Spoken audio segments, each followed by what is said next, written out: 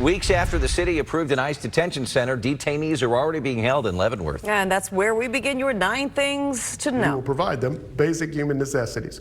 Great. What about the immigration process? What are we going to do about that? About 20 adults are currently being held in ICE custody at the CoreCivic jail. The city says a local committee will be formed by the end of this week to inspect the facility and to monitor conditions going forward. In the Northland, a man's now in custody after a domestic violence call. An officer shot at him but didn't hit him out on a call last night near Northeast 41st and Wheeling. Missouri State Troopers say a woman in a home was yelling for help, was able to escape. Officers then found a man inside. Troopers say the man grabbed a knife from the kitchen and an officer fired his gun. Again, no one was hurt. Well, Platte County prosecutors are asking for women to come forward after airport police arrested a man taking pictures of women inside of a bathroom at KCI. You didn't do anything wrong. We allege this guy did something wrong. This guy is Terry Ludwig. He's accused of filming at least 66 women without their permission. This happened in the all-gender bathroom just outside of security.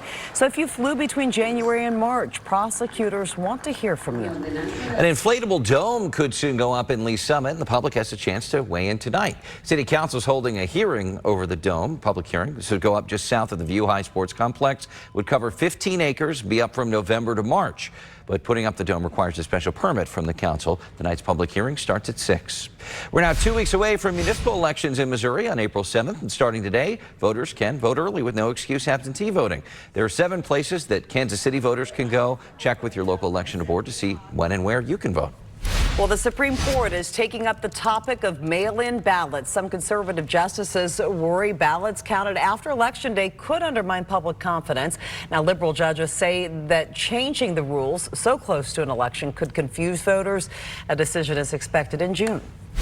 Of all the produce in your grocery cart, spinach could have the highest level of pesticides. That's according to a new report from the Environmental Working Group. This year's Dirty Dozen list includes spinach, strawberries, and grapes, with spinach ranking #1.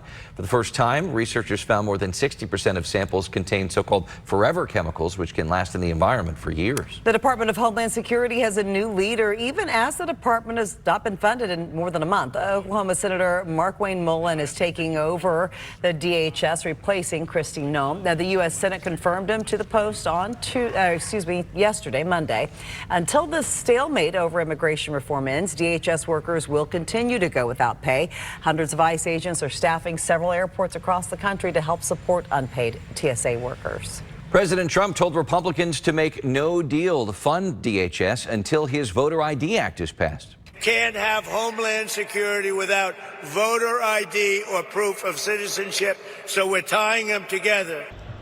Should point out it's already illegal for non-U.S. citizens to vote in elections. Republicans had discussed reopening all of the Department of Homeland Security except for ICE and to fund that agency separately.